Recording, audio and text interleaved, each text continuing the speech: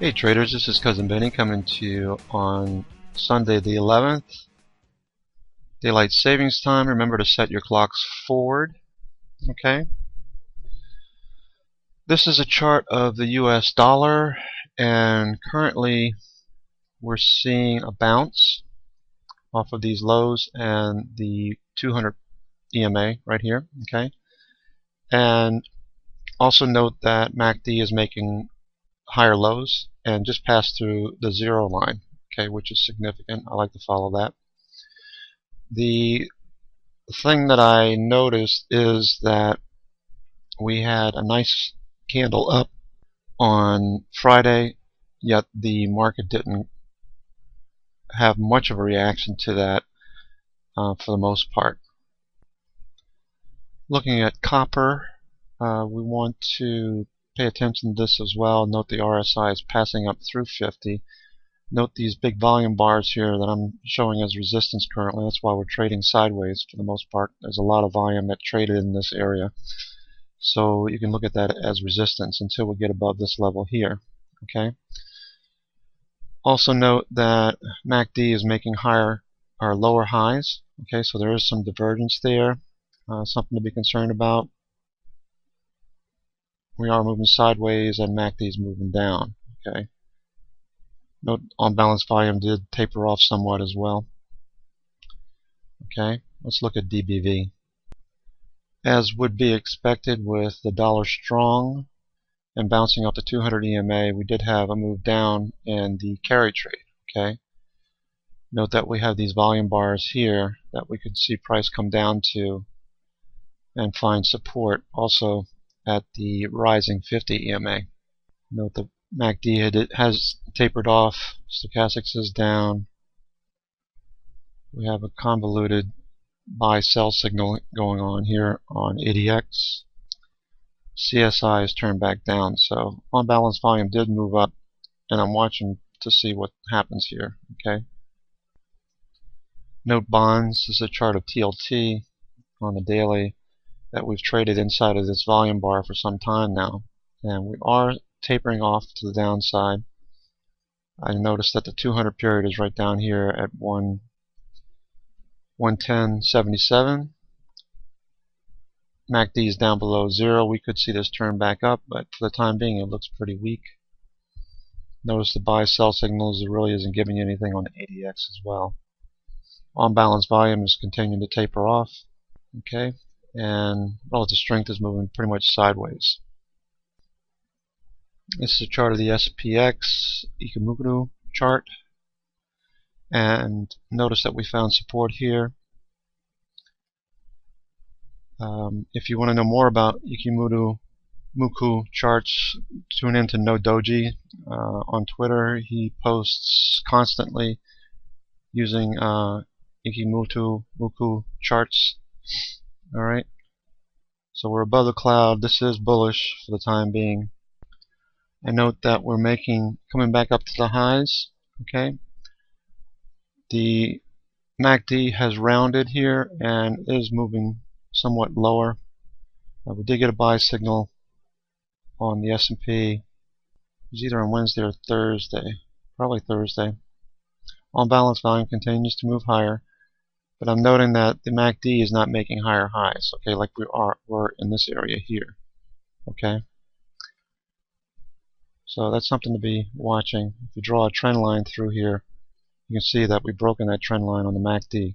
So I'm a lot more cautious now. I'm close to 95% cash, and I'm waiting for a trend to develop. If we break above these levels here, I would say that we're probably going to continue to move higher into the November election.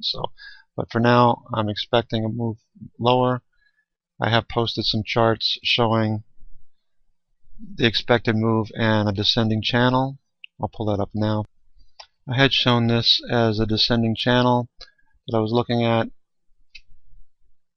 last week, but we did break above that decisively. Okay, move back through the 20 period, the dotted line here, and we did come close to touching the upper Bollinger Band. So with the 200 period mostly flat for the most part, The rule is you trade the upper and lower Bollinger Bands. So I'm expecting this to move back off, mainly because of this MACD situation I pointed out. Okay. Though we do have some conflicting indicators that I'm watching as well. So, all right. We did cross through this and move back up. On balance, volume continues to move higher, and we're staying above the Bollinger Band percent to the upside. So that's showing that most of the time is spent on the upper Bollinger Band, which is quite obvious. Okay. Now the small caps, the Russell, I posted this last week as well. We're still inside of this channel that I uploaded. I believe it was on Tuesday. All right, when we actually, yeah, Tuesday, where we broke this ascending trend line, but we did find support there and have since bounced off. I am watching the RSI. I'm watching this for double top situation, similar to what we had on the spiders and this upper Bollinger Band. Okay, so those are all possibilities. Looking at the MACD, though, you can see this is more obvious. Okay, and ADX looks like we're going to get a buy signal this week if we continue higher. All right, so that's the Russell. There are a lot of stocks out there that are showing relative strength relative to the S&P, right, the averages. So you need to keep an eye on that. This is one I just happened to see while I was scanning through my stocks. We played this before. Notice the Bollinger Band squeeze. Notice that we're in an uptrend on Allstate.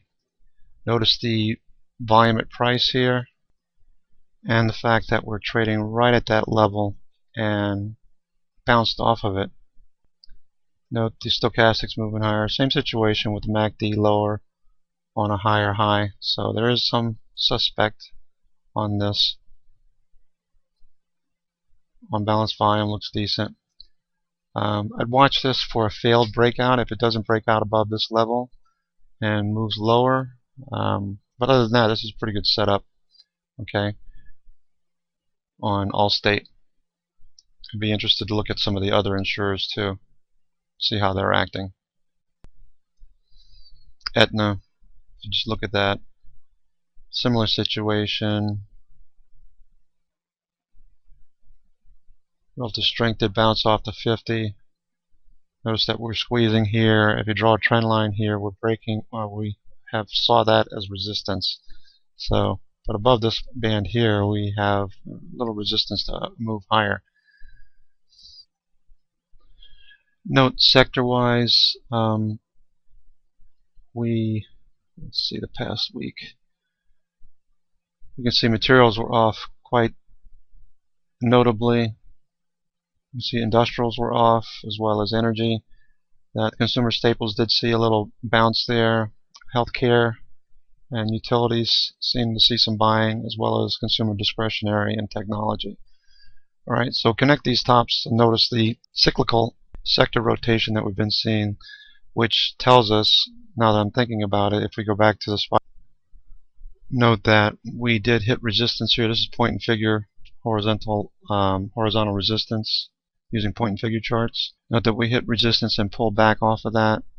All right, but the thing that I wanted to point out is that looking at the S&P weekly chart, we can note that we're staying above the shorter term period moving average here and the upper Bollinger Band. Also, the market had plenty of opportunities last week to sell off, but didn't. Okay, so I'm noticing this volume bar here. Okay, they were staying within, which we have broken above. All right, over the past 3-4 weeks. Well, the strength is continuing to move higher, but it is starting to dissipate a little bit, rounding as we speak. All right, stochastics is overbought, but in a bull market we can stay overbought for a long period of time. MACD is making a higher, not a higher high, but trying to make a high. Note that the MACD lines have pulled apart, but are starting to move together or towards each other again, but that we haven't made this higher high that we did here. Okay, so I would expect this to taper off a bit. Balance volume is moving higher. Okay, so there's conflicting information right now, so that's why I'm mostly in cash. I do have a few hedges on the spiders and the Qs, right, which we haven't covered actually. Let's look at the Qs. Notice that we had some really bullish action for the last couple of months since the beginning of the year. Obviously, we're starting to hit the 70 period on the RSI and flatten out there. I don't know if you can see that. MACD has spread further apart. So the comp and the Qs tech has shown more strength relative to the other indices. Note that the DX plus or the DI plus on the ADX is turning down, right, and the signal line is continuing to move higher on a weekly. Right, until that peaks, it looks like it'll be more of the same. On balance volume still moving higher. So conflicting information has got me pretty much cash, 95% or more. And I'll be trading according to the trend that develops in the near future, right? So a break above the current highs, a double top would get me in long, and a breakdown would get me into more shorts exposure to the downside if we start to see a rollover in the markets. Okay, but what I'm currently watching is the US dollar. Okay, the strength insane. The MACD is moving higher up to the zero line. Okay, so you have to be cognizant of the fact that the dollar is strengthening and it could be negative for equities. Alright, so depending on what happens here at this upper Bollinger Band, if we continue to move higher and stay within this shorter term period average here, okay, in this case this is the 8 EMA. If we stay up inside of these, we can see the same thing that happened on the the S&P over the period of December through current. Okay, so keep an eye on that, and let's trade accordingly. This is Cousin Vinny coming to you on Sunday the 11th. Take care, and we'll talk to you soon.